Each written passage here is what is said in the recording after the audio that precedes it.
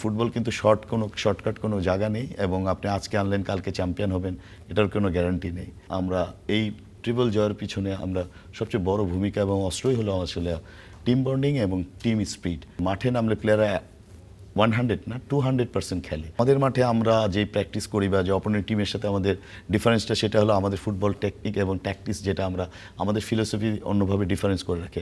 Cabrera চলে যাওয়ার আগ থেকে শুরু হচ্ছিল যে কাবরেরা চলে যাবে আর রাখা হবে না, বা কাবরেরাকে আমরা আর চাচ্ছি না। ভালো কোচ আনতে হবে এবং তাকে সময় দিতে হবে, যে জন্য একটা প্ল্যান তৈরি করে 3 বছর 4 বছর 5 বছর পরে আমাকে এই জায়গায় নিয়ে যেতে পারে। রাসেল ভাই, welcome to star plus studio. আসসালামু আলাইকুম, ধন্যবাদ। ওয়ালাইকুম আসসালাম, কেমন আছেন? আলহামদুলিল্লাহ আছি। শুরুতেই অভিনন্দন। আসলে দ্বিতীয়বারের মতো বসুন্ধরা কিংস ট্রেবল জয় করেছে। পরপর দুইবার আসলে ট্রেবল জয়ের আনন্দটা কেমন? আসলে এটা একটা বিরাট ইতিহাস বলা চলে। স্বাধীনতার আগে রেকর্ডে আছে কেউ হয়েছে কিনা, স্বাধীনতার পরে মহডার্ন আর শেখ রাসেল, এই দুইটা টিমের পরে আমরাই একমাত্র যেটা ট্রিপল জয় করেছিলাম একবার, এবং আরেকবার, মানে এখানে ডবল বলা চলে, ডাবল ট্রিপল জয় করেছি। এটাই হলো সবচেয়ে বড় রেকর্ড এবং সবচেয়ে আনন্দের, এবং সব কৃতিত্ব আসলে পরম করুণাময় আল্লাহ তাআলা এবং আমাদের প্লেয়ারকে দেব। কারণ এই বছর আমরা অনেক ঘাত প্রতিঘাত, প্রতিকূল অবস্থা এবং বাধাবিঘ্ন অনেক কিছু পেরিয়ে কিন্তু এই ট্রফি, যার জন্য এটা আসলে অনেক চ্যালেঞ্জ। কারণ আমি এই বসুন্ধরা টিম যখন তৈরি হয় আসে 2018-তে প্রিমিয়ার ডিভিশনে বা বাংলাদেশ প্রফেশনাল লিগ বলা হয়, সেখান থেকে আমি এটার সাথে জড়িত, এই টিম করি এবং এখন পর্যন্ত এই টিমের সাথে আছি।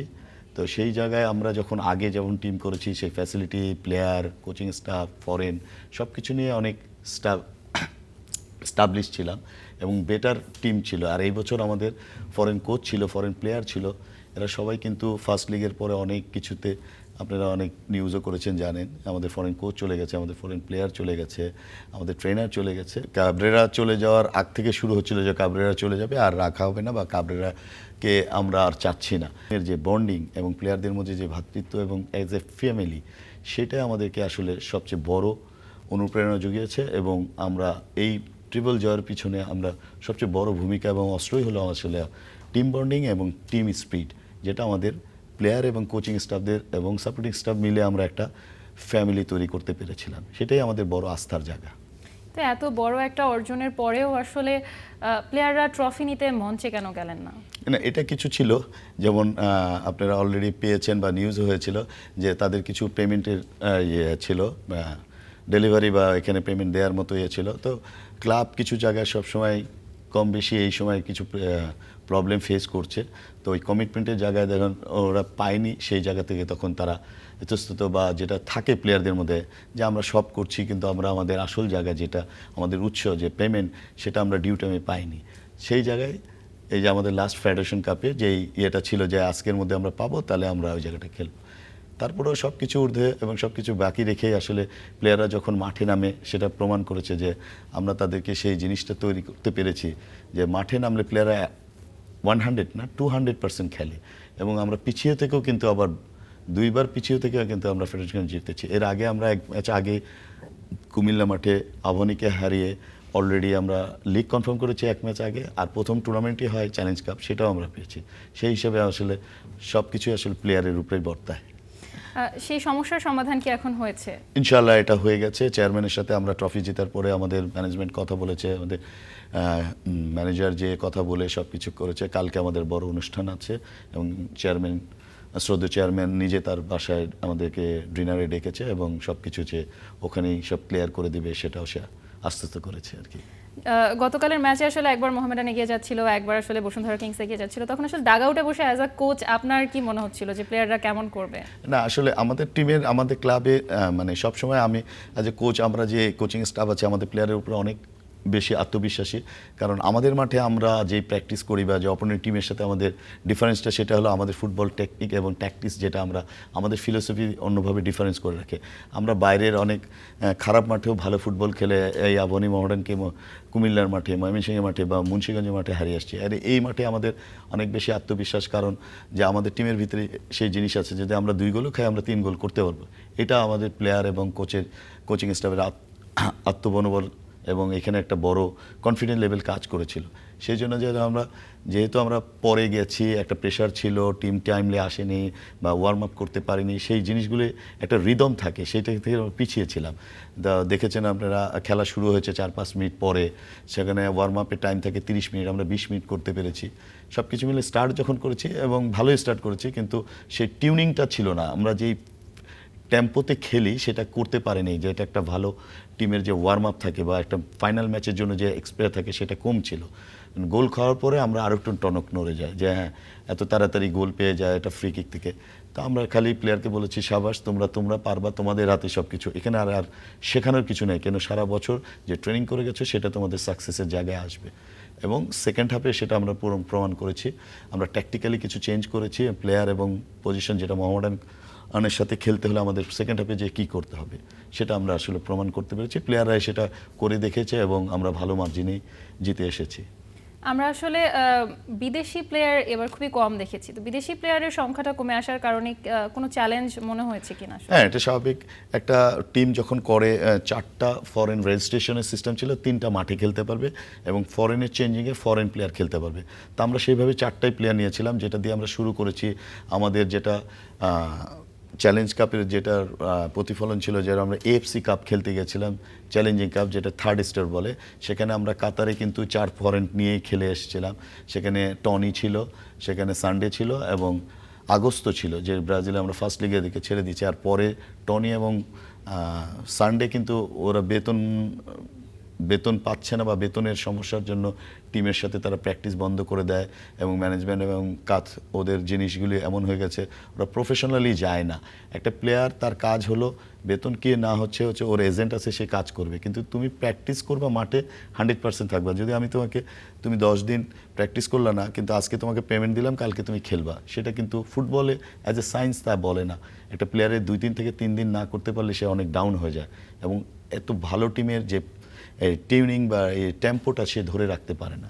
তো সেই দিক থেকে আসলে আমরা তো প্রথম লিগে যে 4 জন দিয়ে শুরু করেছি, তারপরে আমার ফরেন প্লেয়ার ইনজুরি ছিল, আমরা 3 জনই খেলাতাম। তারপরে এসে আবার সেকেন্ড লিগে আমাদের আগস্ট চলে যায় এবং টনি আর সানডে কিন্তু 2 ম্যাচ খেলার পরে আর খেলেনি।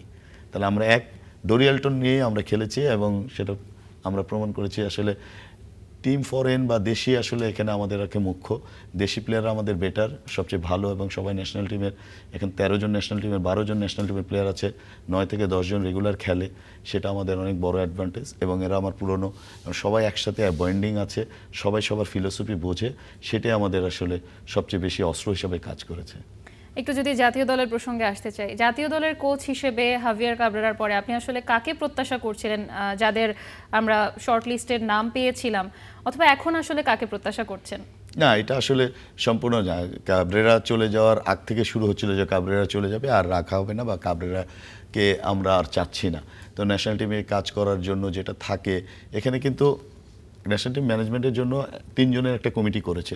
সেখানে টেকনিক্যাল ডিরেক্টর সাইফুল বাড়ি টিটু ভাই আছে, আমরা একসাথে কাজ করেছি, খেলেছি। আমি আগে বসুন্ধরার আগে কিন্তু ন্যাশনাল টিমেই ছিলাম, আমরা 9 বছর 10 বছর কাজ করেছি। তো তখন এত ম্যানেজমেন্ট, এত সিস্টেম ছিল না। এখন একটা সিস্টেমের মধ্যে আসছে, কোচ নিয়োগ নেওয়া, বায়োডাটা ফেস করা, এগুলো সব কিছু নিয়ে এখন সম্পূর্ণ কিন্তু একটা ফেডারেশনের হাতে। এবং এই কমিটি আসলে যাকে জাজ করবে, এটা আমাদের টিম ফিলোসফির উপরে এবং ফুটবলকে যে এগিয়ে নিয়ে যেতে পারে। এখন যে প্রবাসী প্লেয়ার এবং দেশি প্লেয়ার যে সমন্বয়ের টিমটা বাংলাদেশে, আবার যে ফ্যান ক্রেজ, সেই দিক থেকে বলি যে একটা ভালো কোচকে নিয়োগ দেওয়া উচিত। এবং কাকে দিয়েছে, কাকে দেয়নি, কাকে নেবে, এগুলো কিন্তু তাদেরই ব্যাপার। এবং আমরা যারা লিগের কোচ বা আমরা যারা টিম চালাই, তারা কিন্তু বললেও ওটা কাজ হবে না বা ওটা মানে পারফেকশনও হবে না।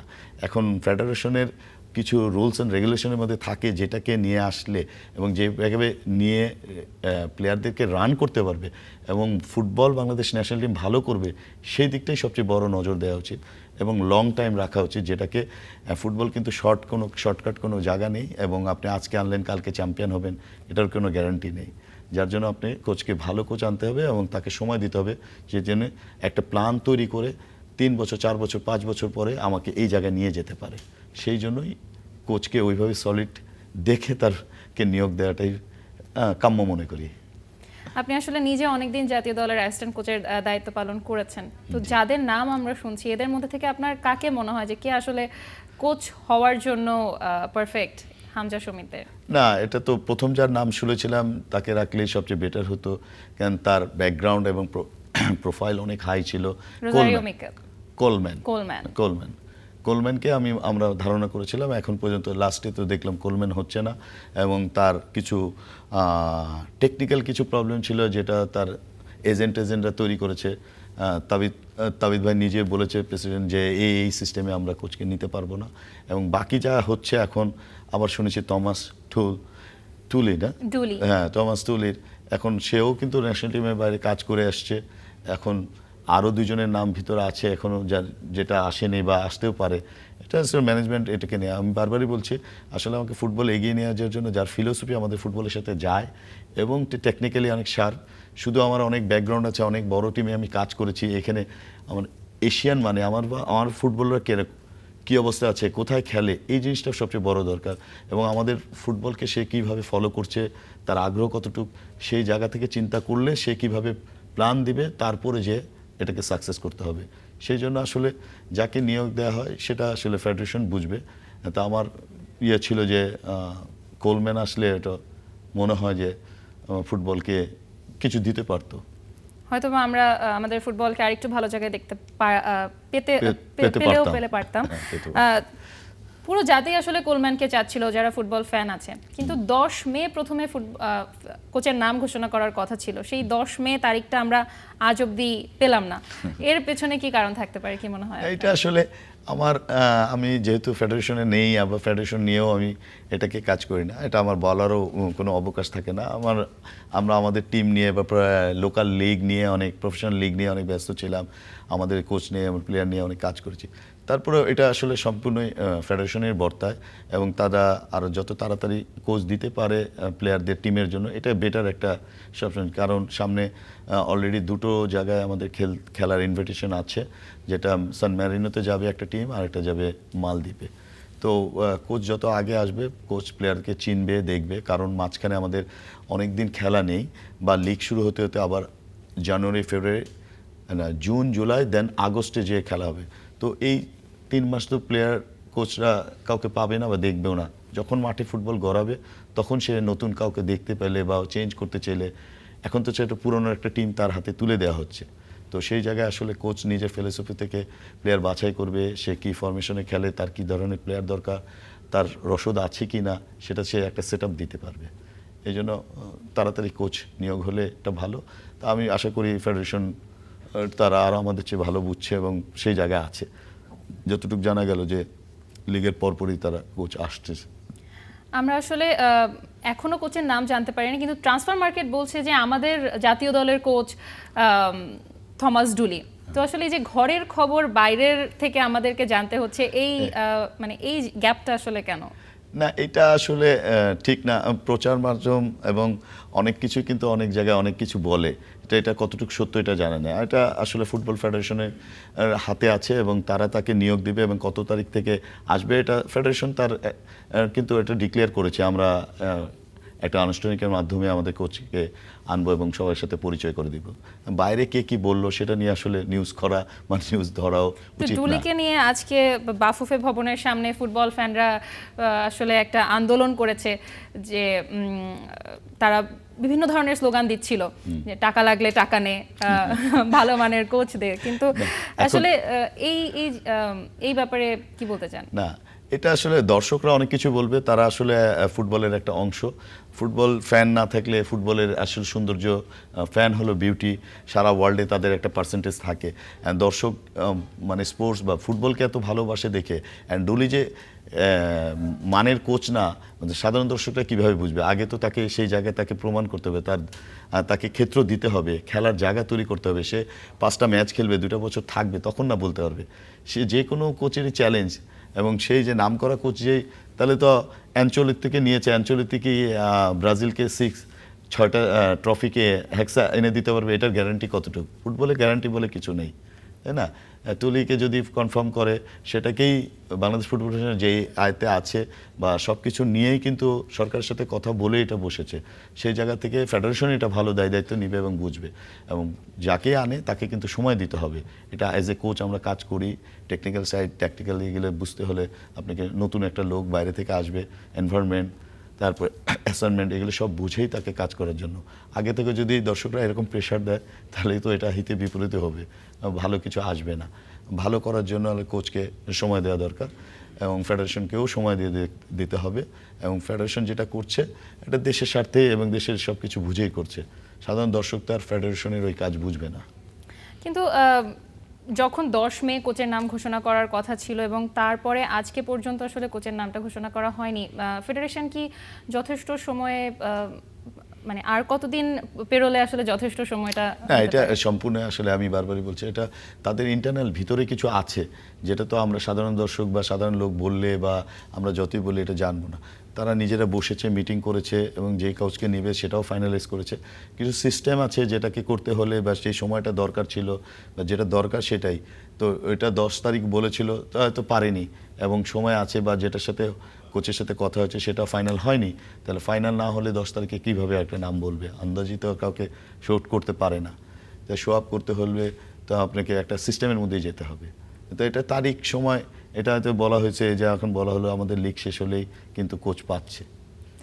আচ্ছা, আমরা আসলে শুনছিলাম সরকারের পছন্দ কোলম্যানই ছিলেন এবং তারা এই ব্যাপারে ফেডারেশনকে আর্থিক সহায়তাও করতে চেয়েছেন, যে আমরা আসলে টাকার জন্য কোচ আনতে আটকাবো না। তো সেক্ষেত্রে আসলে কোলম্যানকে যখন বলা হলো যে এজেন্ট ফি এর কারণে ফিফা বহির্ভূত নিয়ম যদি এজেন্ট ফি দেওয়া হয়, তাহলে আসলে কি ফেডারেশনের তারা কি আসলে ফিফার দ্বারস্থ হতে পারতো কিনা ব্যাপারে? না, এটা সম্পূর্ণ আমার বারবারই বলছি, এটা আসলে এখন পর্যন্ত ফেডারেশন একটা ভালো জায়গায় আছে এবং প্রেসিডেন্ট তাবিজ সাহেব কিন্তু সব কিছু নিয়েই কাজ করেছে এবং গভর্নমেন্টের সাথে, স্পোর্টস মিনিস্ট্রির সাথে কথা বলেছে, বসেছে, তাদের একটা টিম গিয়েছে এবং এগুলো সবই কিন্তু ইন্টারনাল, ভিতরের, বাইরের লোক কিন্তু অনেক ইন্টারনাল কথা কিন্তু সবসময় জানাও দরকার নেই এবং জানতেও পারবে না।